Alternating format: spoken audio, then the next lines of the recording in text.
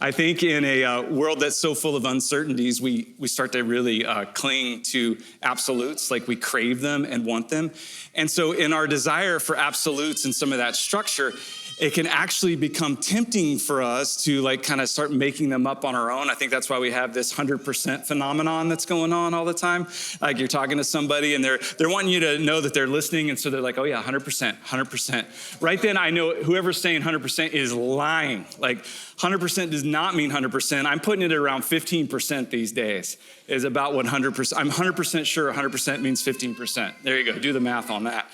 But it's because we're so desperate to cling to some kind of absolute and something that we know is real. And so we make these kind of big, bold statements and we find ourselves doing them, but we're not really paying attention. Like, have you ever done one of these I will never statements? I will never. You ever made one of these? I will never. Like you see something somebody else did and you're like, I will never do that. I will never do that. But it's interesting because things happen that you don't expect. Things happen in your life that you don't expect. Like I've made some of these I will never statements in my life. Like I have said, I will never eat Brussels sprouts. Now that seems reasonable at face value. I will never eat Brussels sprouts. And then all of a sudden somebody cooks them in like bacon grease with bacon bits. And then I'm changing my mind a little bit. I will never eat Brussels sprouts. Then they're cooked in bacon. That changes things a little bit. I made this statement before. I will never root for the New England Patriots. I will not do it. I will never root for the New England Patriots. Then Malcolm Butler intercepts a pass in the end zone in the Super Bowl. And I'm flying off the couch cheering like the biggest fan who's ever lived, going, what just happened? I've been changed. This is not okay. Another perfectly reasonable statement and stance that I've made is I said, I will never put my hair in a man bun. I will never do it. Then my hair grew out a little longer, and then one day I'm like trying to do something on the car, and my hair kept falling in my face, and the next thing you know, my hair's in a man bun. And I'm like, okay, but I will never wear a man bun in public. I will never do it. I will never, under any circumstances, put my hair up in some kind of goofy man bun in a public setting for other people to see. That will never happen.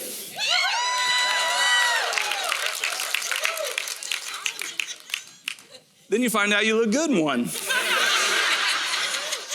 Actually, then you need a good message illustration. And you realize there may not be anything you won't do, hopefully, for Jesus.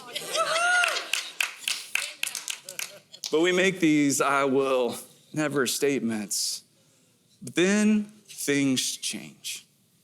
Then things change. And that's the thing about the thens. We never see the thens coming. We never see them coming. Like there's all kinds of things that we think we will never do. Like I will never betray a friend. I will never do that. Then something happens.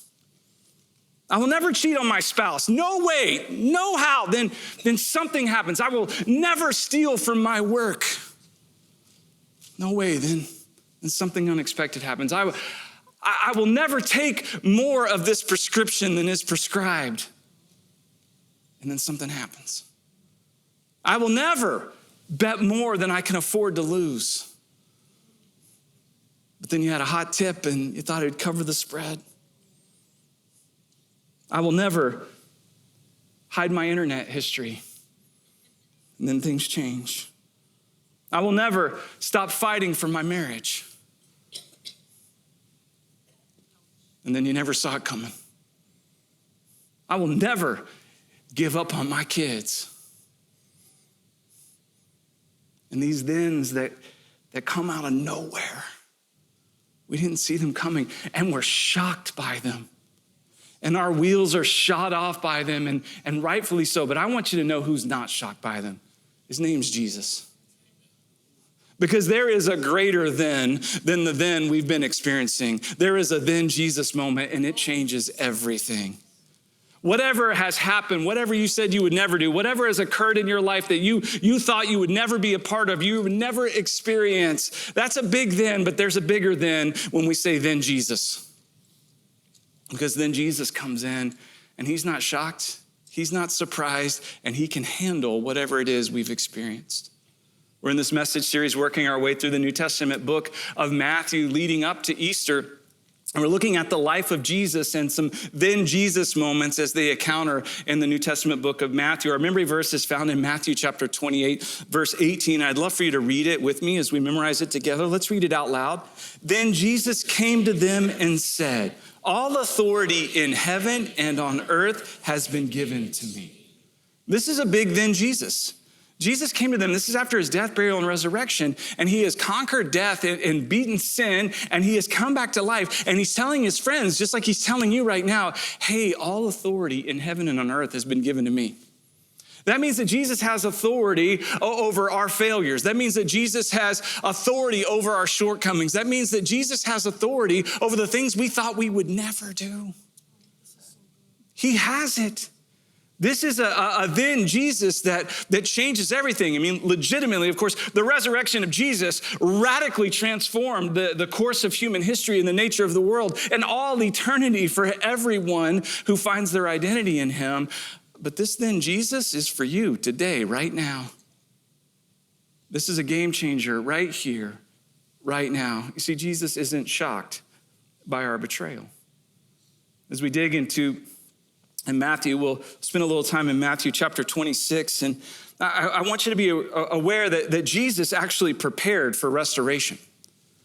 Jesus prepared for restoration. He prepared his friends, the disciples, for restoration. He's always working ahead and upstream, preparing things for our restoration to him. Jesus isn't surprised. He knows this is coming, and so he is preparing for restoration. In Matthew chapter 26, verse 31, the context here is they have had the Last Supper, and Jesus is speaking to his friends, and it says, then Jesus told them, this very night you will all fall away on account of me. For it is written, I will strike the shepherd, and the sheep of the flock will be scattered. But after I have risen, I will go ahead of you into Galilee. And Peter replied, even if all fall away on account of you, I never will. Truly I tell you, Jesus answered, this very night before the rooster crows, you will disown me 3 times. But Peter declared, even if I have to die with you, I will never disown you. And all the other disciples said the same. And guys, they meant it. They could not conceive of any possible scenario where they would have abandoned Jesus or betrayed him. It just didn't exist in their worldview, but they didn't know what was coming.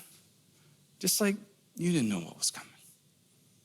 There are these moments that come out of nowhere and we're shocked by them, but Jesus isn't. And Jesus is preparing us for restoration. He knows these things have happened and are going to happen, and he's got a plan for them. And it's an incredible plan.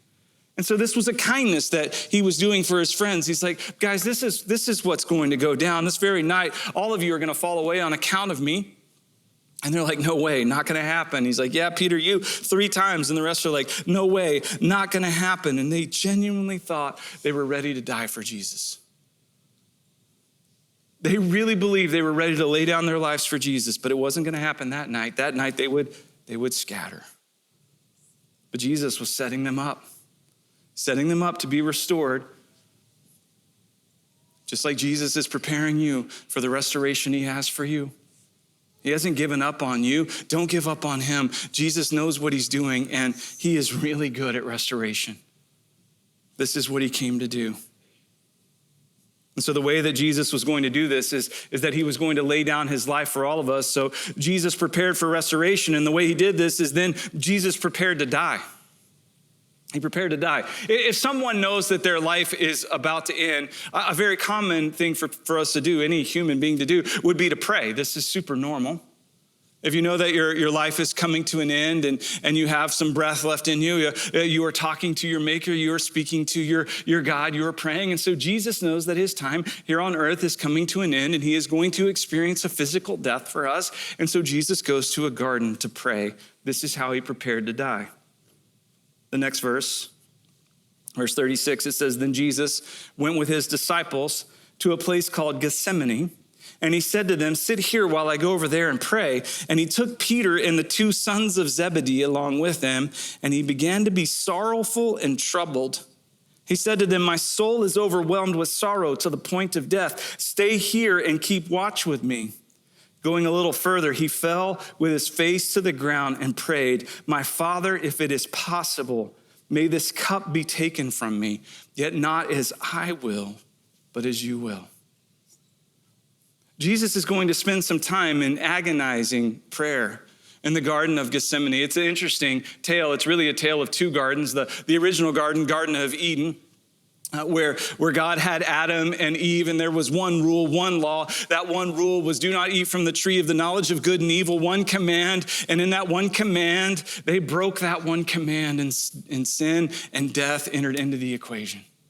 Sin is separation from God. God is perfect. And in that decision, in that conscious choice, Adam and Eve betrayed their relationship with God and decided to do their own thing.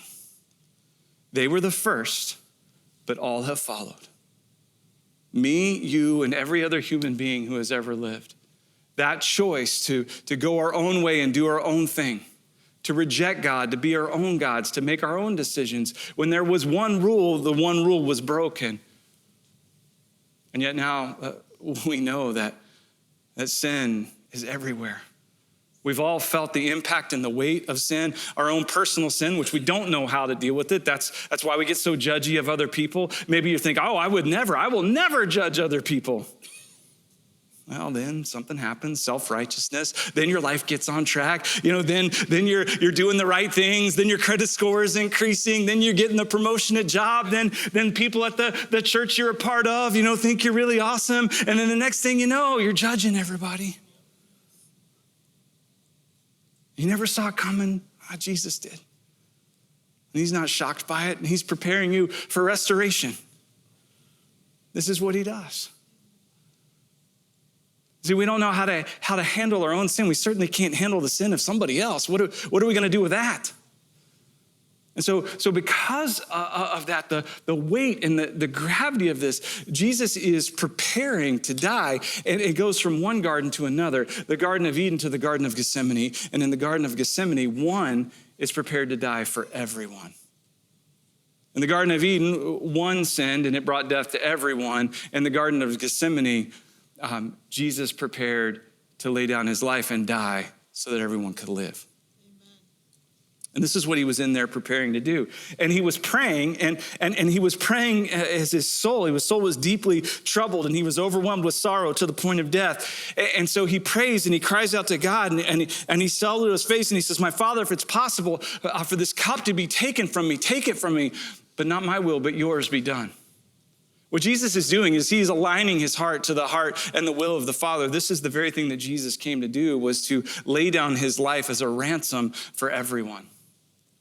To take inside of himself the consequences, the wages of sin, this death and separation from the Father, to receive that inside of himself, to deal with it once and for all, to put it to death in his body and bury it in the grave, and to rise again so that all who are in Jesus now have a new identity and have a place with the Father forever. This was the way that God has prepared and planned for restoration. And Jesus came to die, and now he's preparing to die. Now, when we think about the agony of this particular kind of death that he was going to experience, it was death on a cross. And there is pain associated with the cross. The pain of the cross is unbelievable. There is, of course, the physical torment of the cross. And I don't think it should be overemphasized, but also not overlooked as well. The reality of the pain of this particular death, Jesus was going to experience every bit of that, every bit of it for you and for me. He was going to experience this excruciating death, the real physical pain that comes with it. As they prepared to crucify him, they had him whipped.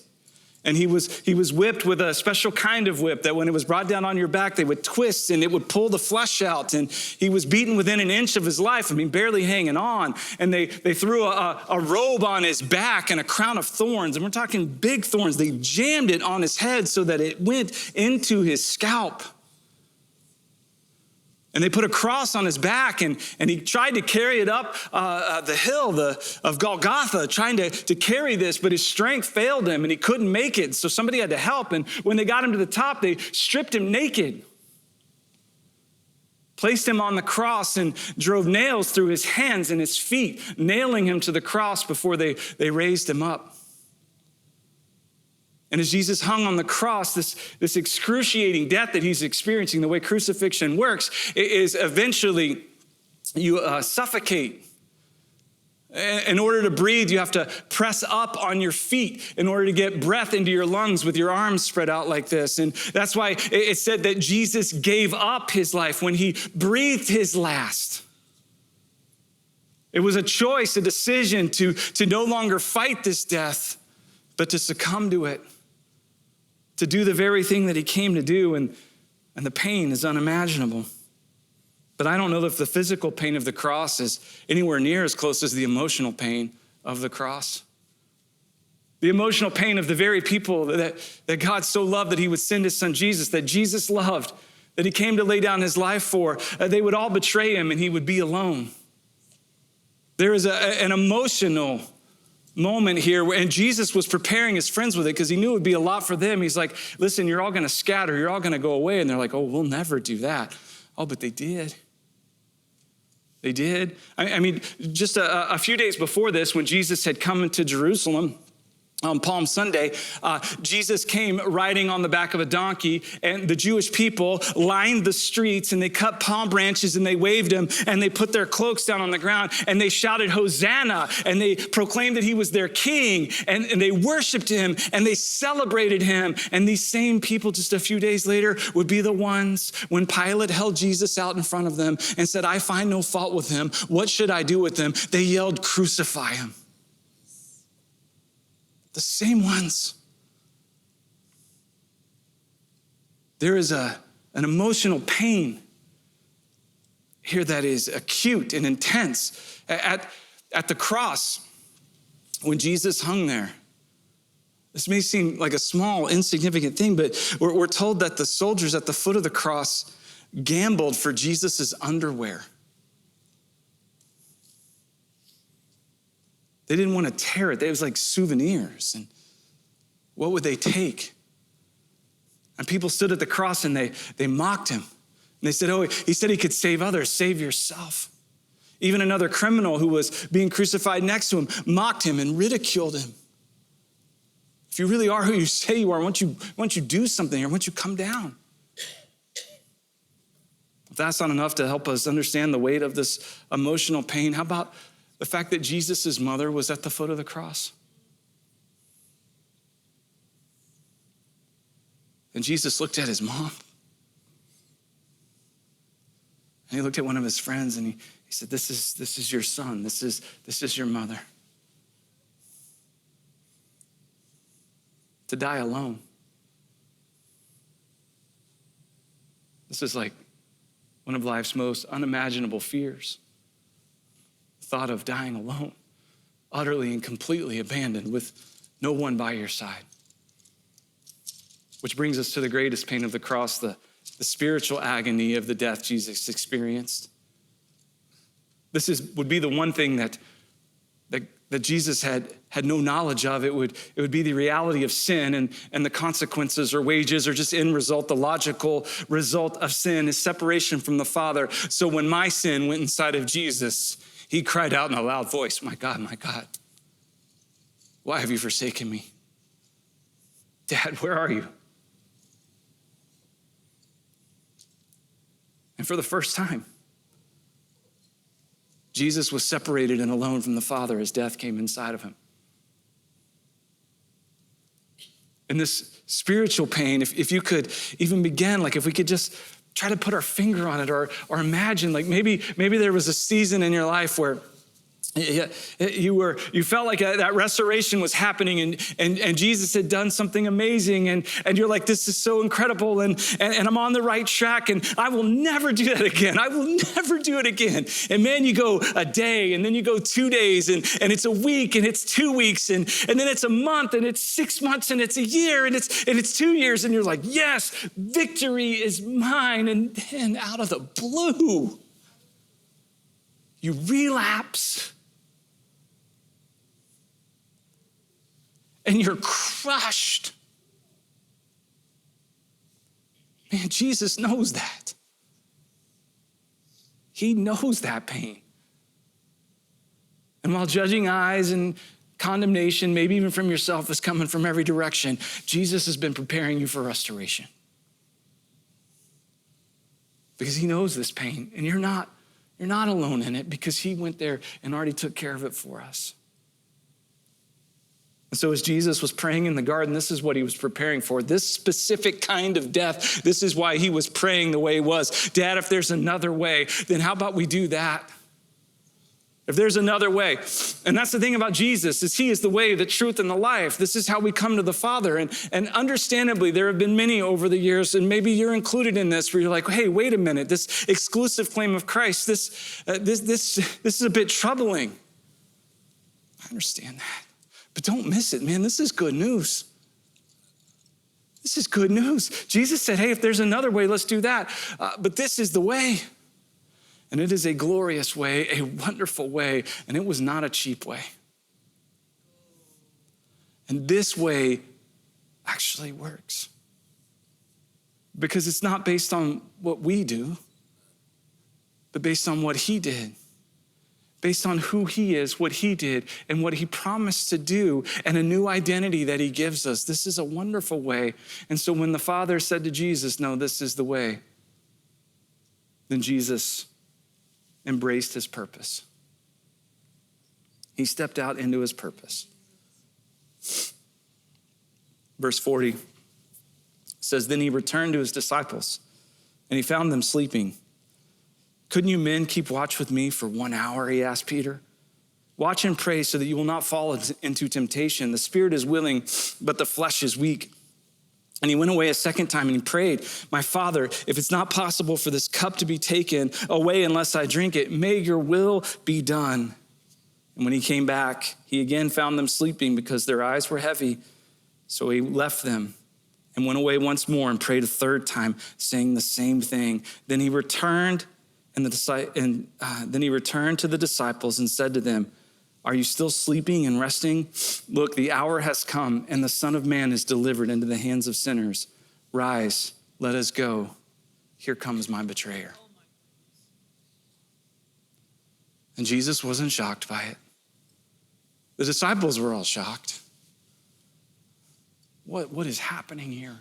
What is going on here? As Judas, one of their friends too, came with armed guards in the middle of the night to arrest Jesus and take him away.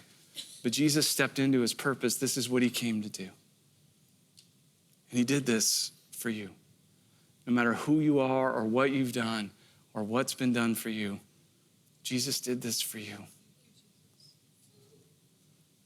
And he has prepared you for this moment of restoration, a moment where you can say yes to Jesus. Maybe you're dealing with one of those I will never moments that you never saw coming. But you had a then, and here you are. Well, then Jesus is greater than that. Then Jesus meets with you right now. And all authority in heaven and earth has been given to him. All of it, including authority over what you've been experiencing and going through. And he has restoration available to you. And you can say yes to Jesus. One of the ways that we say yes to Jesus is when we remember what he did for us and we celebrate communion. You can celebrate and remember this without having bread and juice, simply by saying yes to Jesus. But Jesus took bread and he broke it. And he offered it to his friends. Just like he offers himself to you right now. He says, take, eat. This is for you. Jesus did this for you. Will you say yes to him? Yes.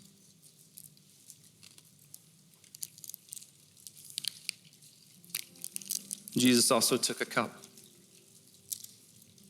And he said, this cup is a new promise, a new covenant, a new relationship.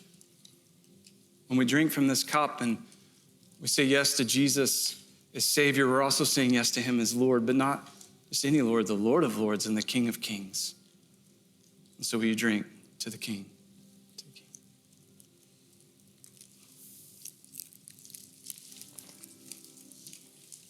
I'd like to pray a blessing over you and just invite you to receive the restoration that Jesus has available for you right now. If you're willing, just open up your hands.